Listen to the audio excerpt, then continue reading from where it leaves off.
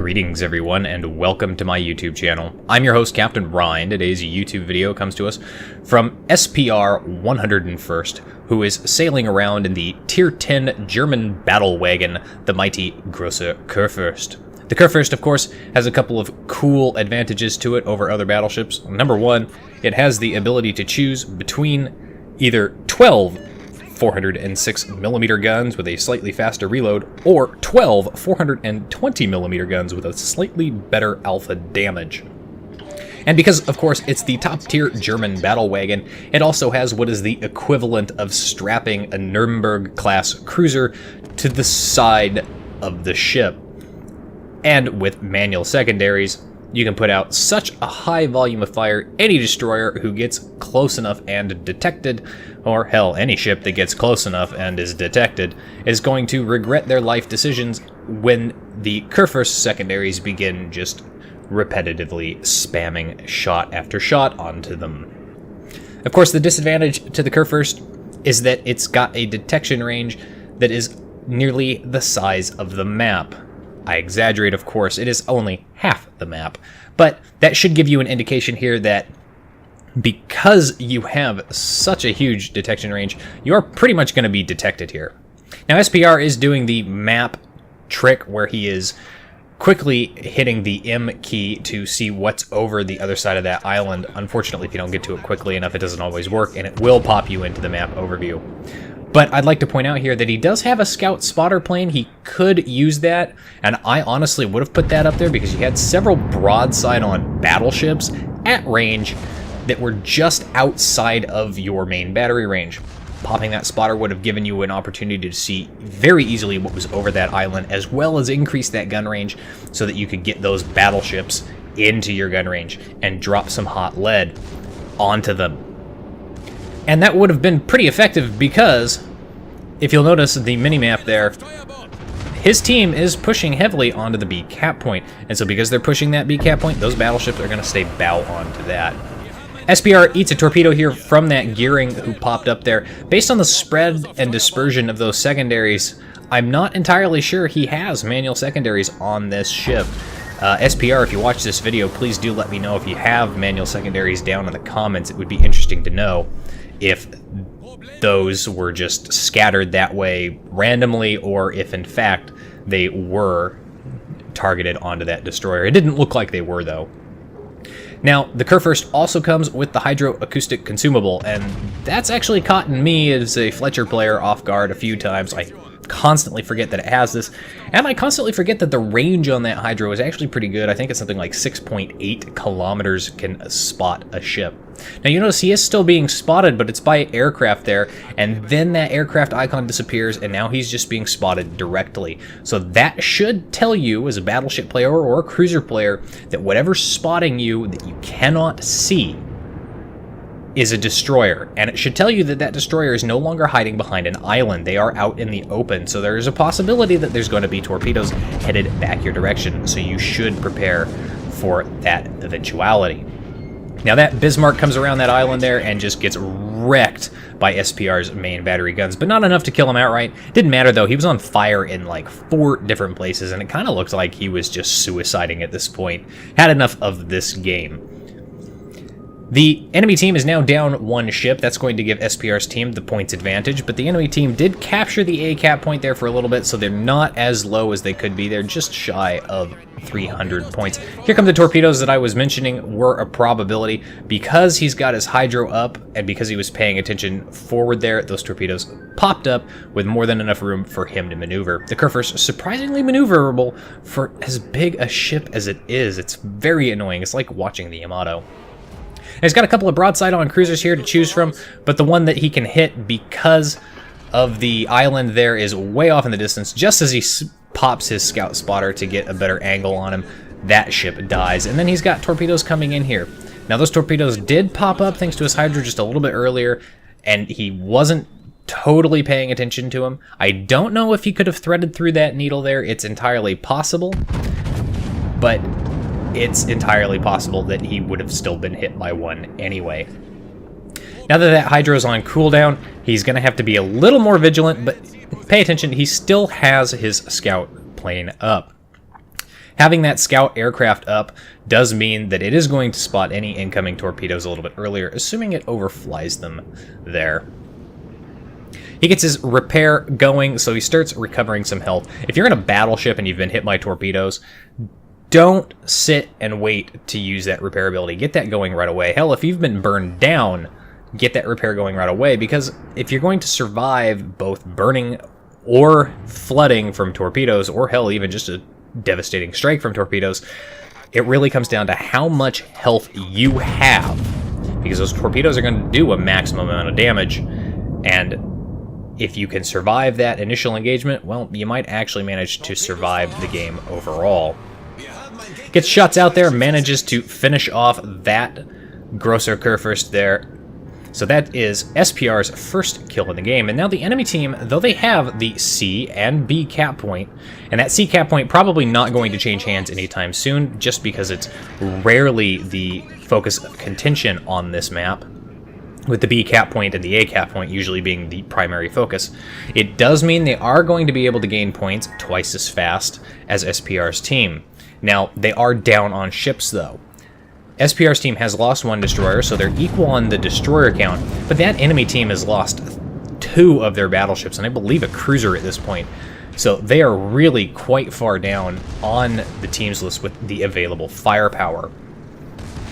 Those secondaries blazing away again, and again, those secondaries, like taking a Nuremberg-class cruiser strapped to the side of your ship, except you have additional armor there, so you don't have to worry about getting citadeled with that cruiser. Of course, it's only useful if whatever you're shooting at is detected and is in range. And I do believe the Kurfürst's secondary range is now something close to 11 or 12 kilometers since the last patch. They don't do as much damage and they don't set as much fires, but they do penetrate more, so you're going to get less of those secondary shots doing no damage, with more of them doing less damage than previously and at less chance for fire. So that's going to make some people a little bit happy and other people a little bit upset, but hey, you still have these insanely long-range secondaries.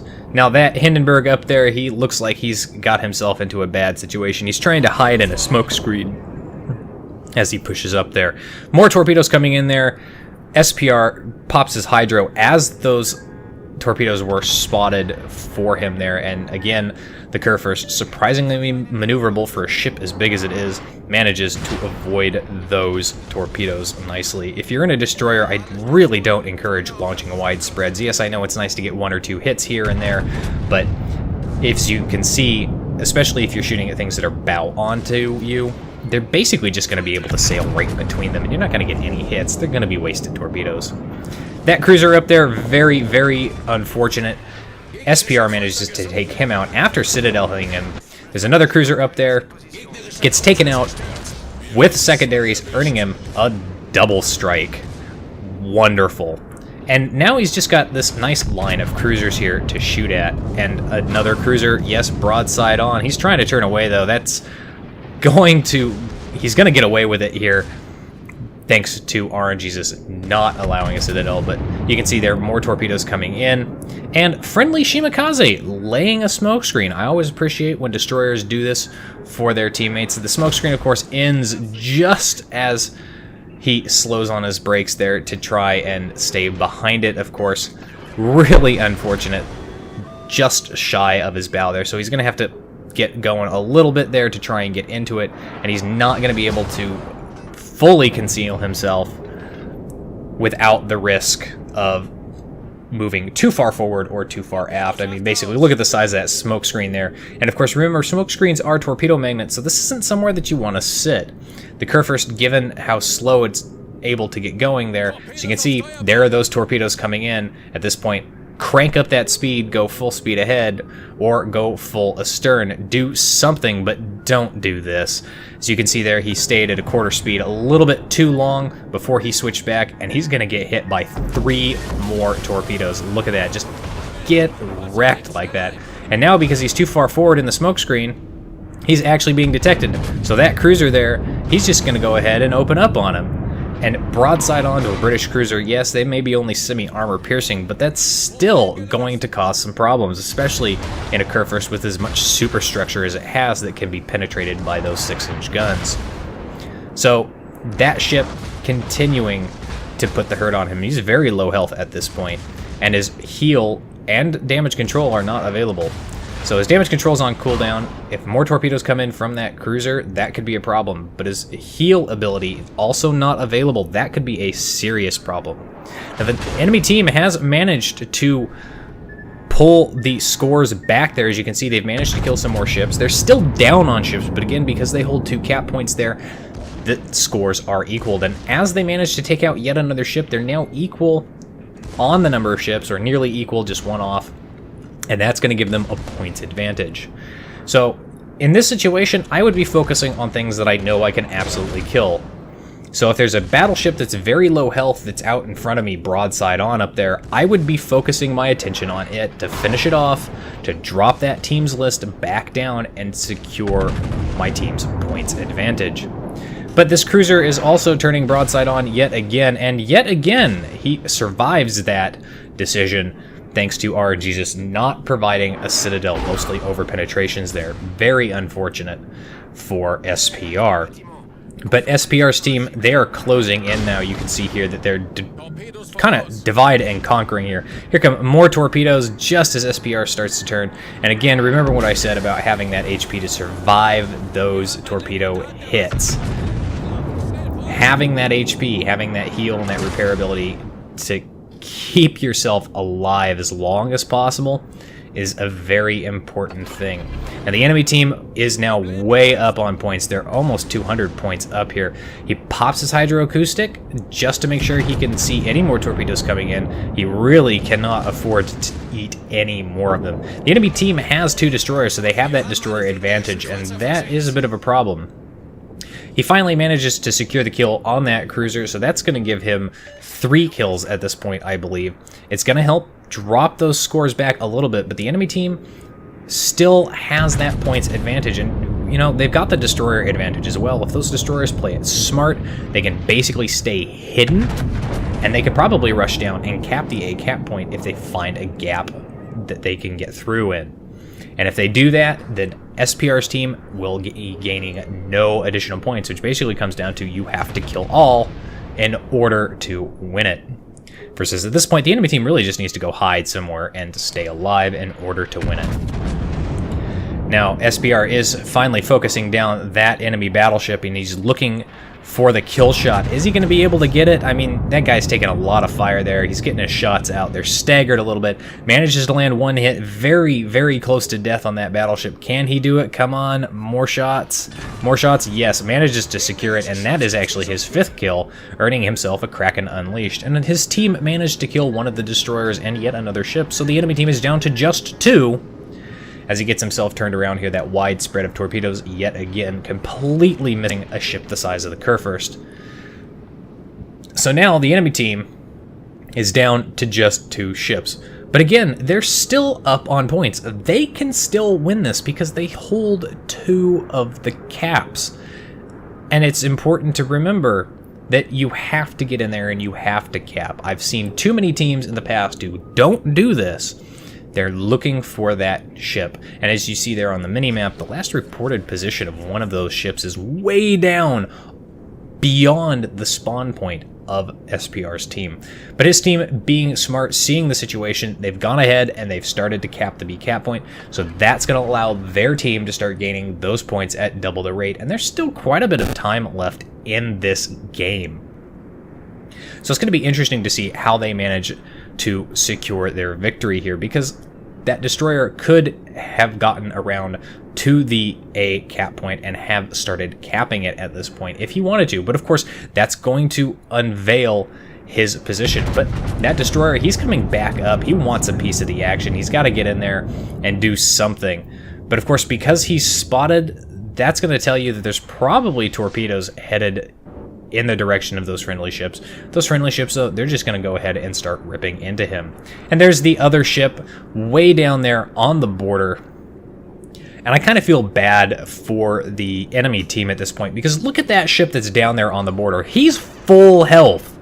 This guy basically just skirted the border the entire match and avoided taking any hits, and probably, honestly, didn't do a lot of damage, but we'll see what he's actually contributed to the team at the end of this game.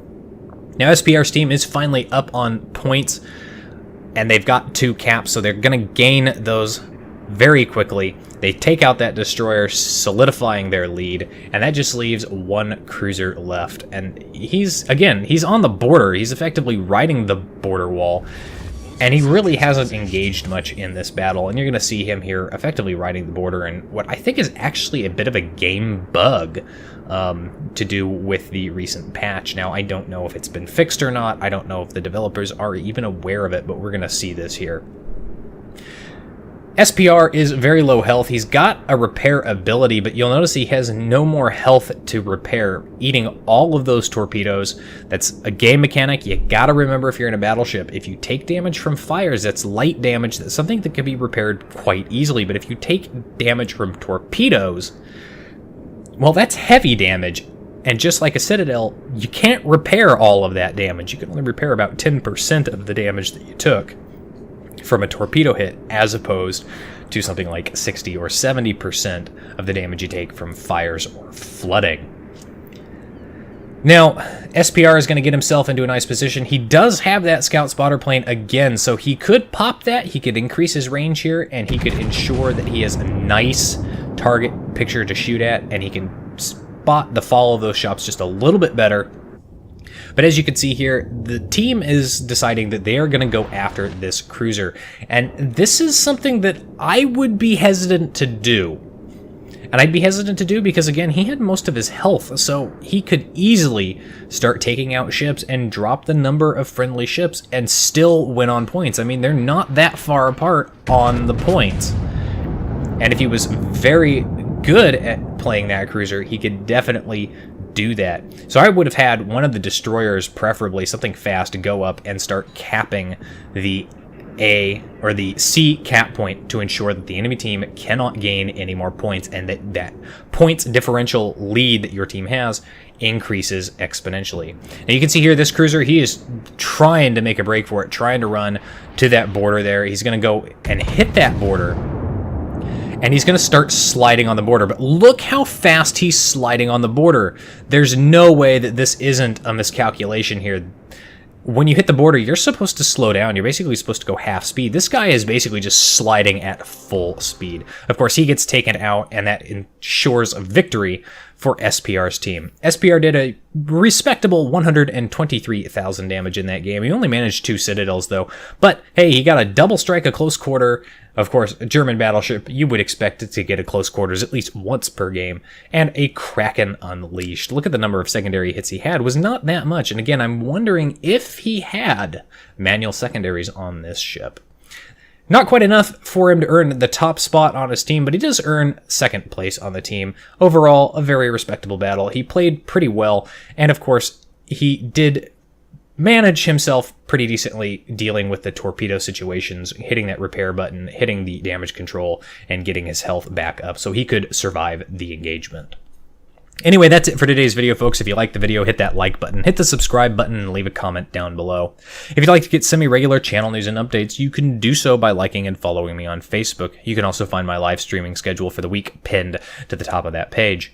If you would like to help support me and the channel, as well as gain access to some special perks, you can do so by becoming my supporter on Patreon. If you got a replay like this one that you'd like to see featured on my channel, you can do so by sending it to my email. And if you'd like to watch me play World of Warships, among other games, live, you can do so by following me on Twitch. You can find the links for all of those in the video description down below. And as always, I'll see you next time. This is Captain Rye, signing off.